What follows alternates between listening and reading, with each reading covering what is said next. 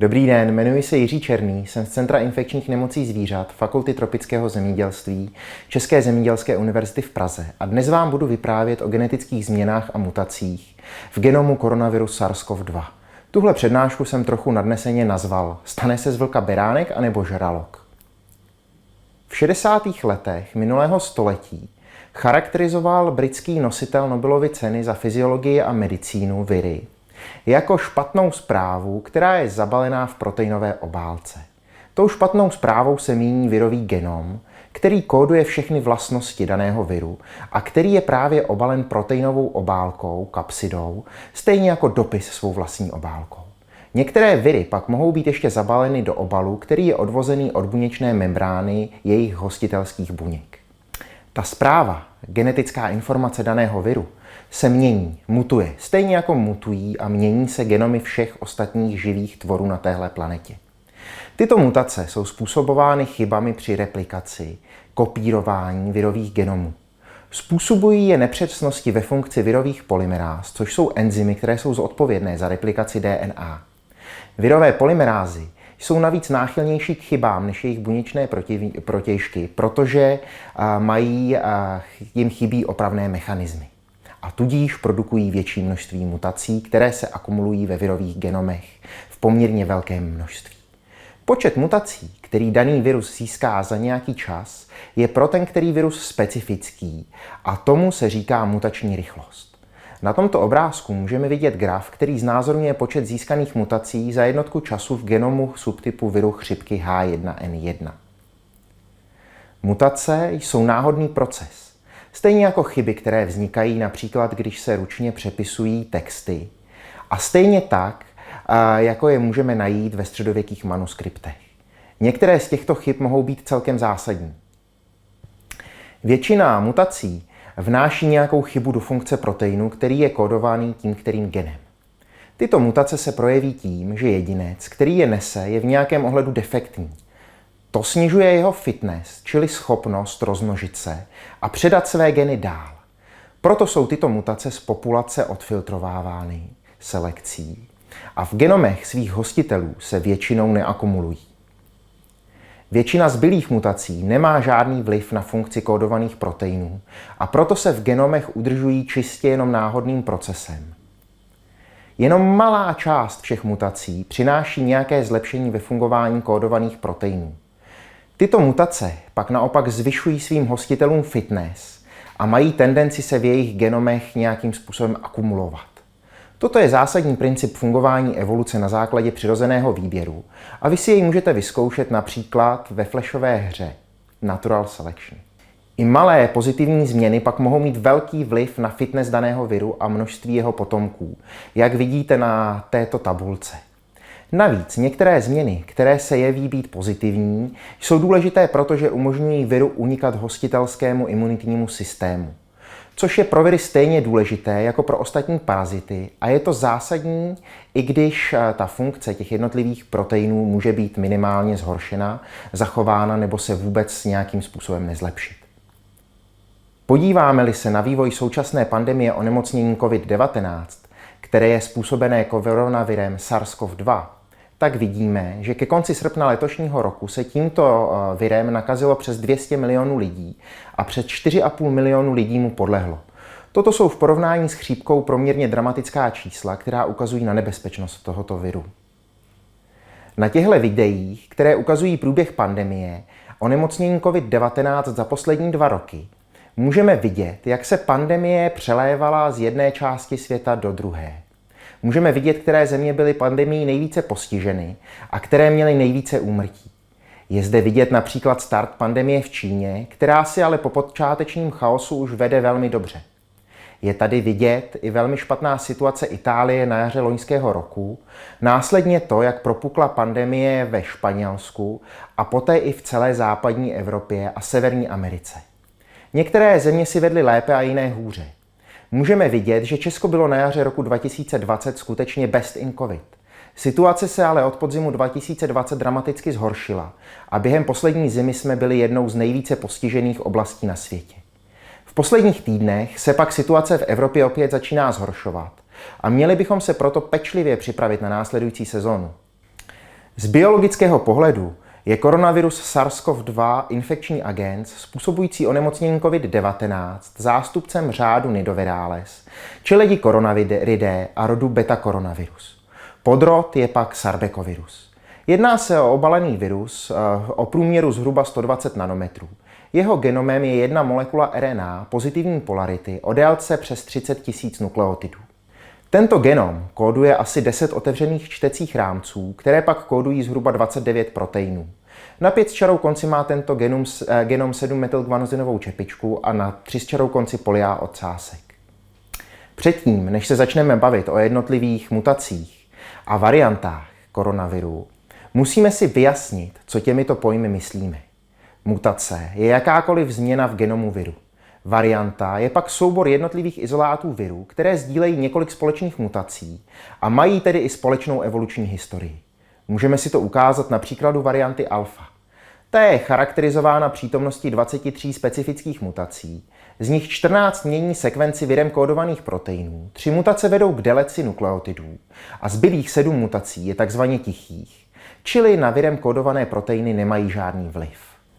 Na tomto slajdu vidíme přehled několika málo mutací, které byly důležité pro vývoj SARS-CoV-2, protože jejich vznik přidal viru nějaké nové a důležité vlastnosti, jako je například vyšší infekčnost nebo odolnost proti hostitelským protilátkám. Když už jsme si povídali o mutacích, můžeme si i říct, jaké máme varianty koronaviru SARS-CoV-2. Tady je to velmi těžké, protože to záleží na tom, jak varianty definujeme. Těch definicí je poměrně velké množství a vzájemně se překrývají. A stejné označení v rámci jedné definice může vést k různým označením v rámci jiných definic. Například současná varianta alfa byla v minulosti lidově označována jako britská varianta. V systému Pangolin byla pak označovaná jako B117. Systém Nextstrain ji označoval jako 20i501YV1 a Progisate byla pouze součástí klastru GRI. Jména těch virů se můžou v čase lišit v závislosti na systémech a můžou se lišit i v rámci těch jednotlivých systémů podle toho, na co je třeba dávat důraz. Další způsob, jak rozlišit varianty, je medicínské nebo epidemiologické hledisko. Z tohoto hlediska rozlišujeme tzv. Znepokojivé varianty, označované jako VOC, anglicky Variants of Concern, u kterých víme, že jsou epidemiologicky významné. A pak máme zajímavé varianty, VOI, anglicky Variants of Interest, u kterých víme, že nesou některé mutace, které z nich můžou učinit potenciálně epidemiologicky nebezpečné varianty. Zde ale také může docházet k přesunu z varianty VOI do varianty VOC. Jak se tedy měnilo zastoupení jednotlivých variant ve světě a v Česku? Na tomto obrázku na to vidíme odpověď. Je zde pěkně vidět nástup varianty alfa na konci roku 2020 a to, že se stala nejrozšířenější variantou v průběhu zimy, ale nikdy se jí nepodařilo úplně vystrnadit všechny ostatní varianty.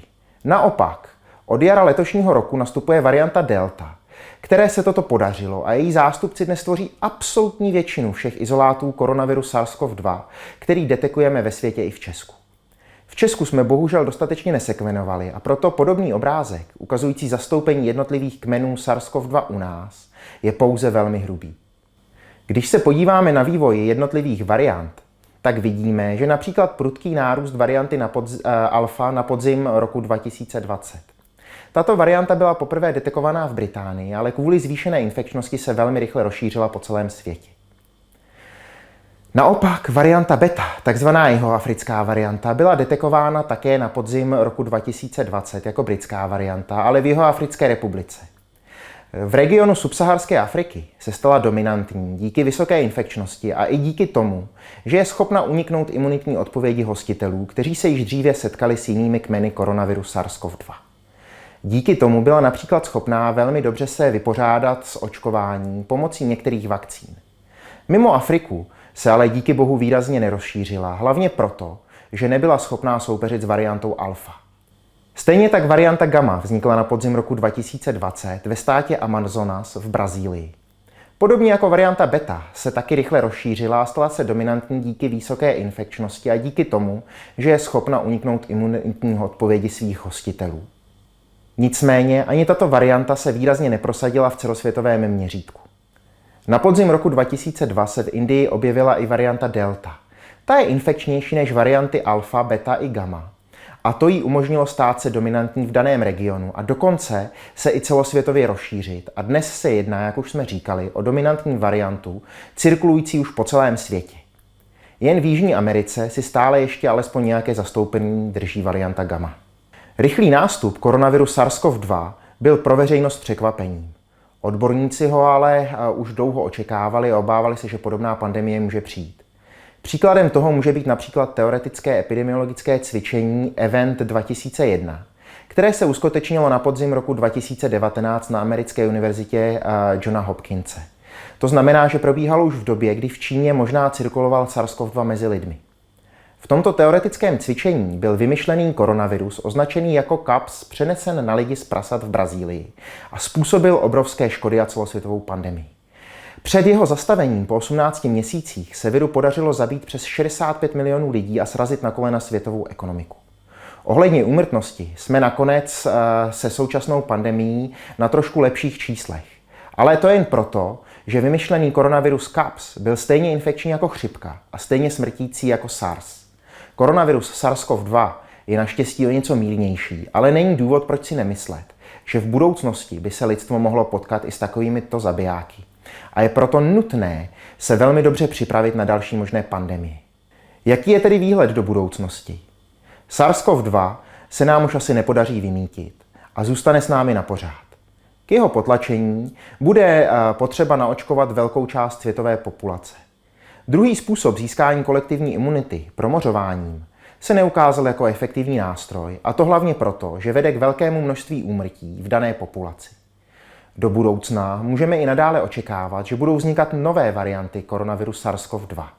Zatím se ukazuje, že virus má spíše tendenci vytvářet infekčnější varianty, které kompenzují snížené množství imunologicky naivních hostitelů v populaci tím, že se virus snáze a účinněji přenáší. Do budoucna se ale mohou prosadit i varianty schopné efektivněji odolávat protilátkám získaným při kontaktu s jinými kmeny koronaviru SARS-CoV-2. Současné vakcíny jsou zatím velmi účinné v tom smyslu, že s velkou pravděpodobností zabrání vzniku závažné formy onemocnění COVID-19 a proto stojí za to nechat se očkovat. Ale jejich schopnost zabránit samotné infekci se již s časem výrazně snižuje. Proto bude nutné do budoucna vytvářet nové varianty vakcín. Pokud možno takové, aby byly co nejúčinnější proti širokému spektru nejrůznějších variant viru. V dlouhodobém časovém měřítku pak dojde pravděpodobně k ochočení viru, který se pro lidskou populaci stane méně závažným. Podobně, jako se tomu stalo například po introdukci koronaviru OC43 do lidské populace na konci 19. století. I nadále tady ale bude významné riziko introdukce nových koronavirů do lidské populace, a to nejen v oblasti východní a jihovýchodní Asie, ale i v jiných regionech. Stejně tak bude nutné dávat dobrý pozor na další viry, ale i jiné patogeny s vysokým pandemickým potenciálem. Ale toto je už na jinou přednášku. S tímto bych tedy chtěl skončit své povídání a poděkovat vám za pozornost. Děkuju.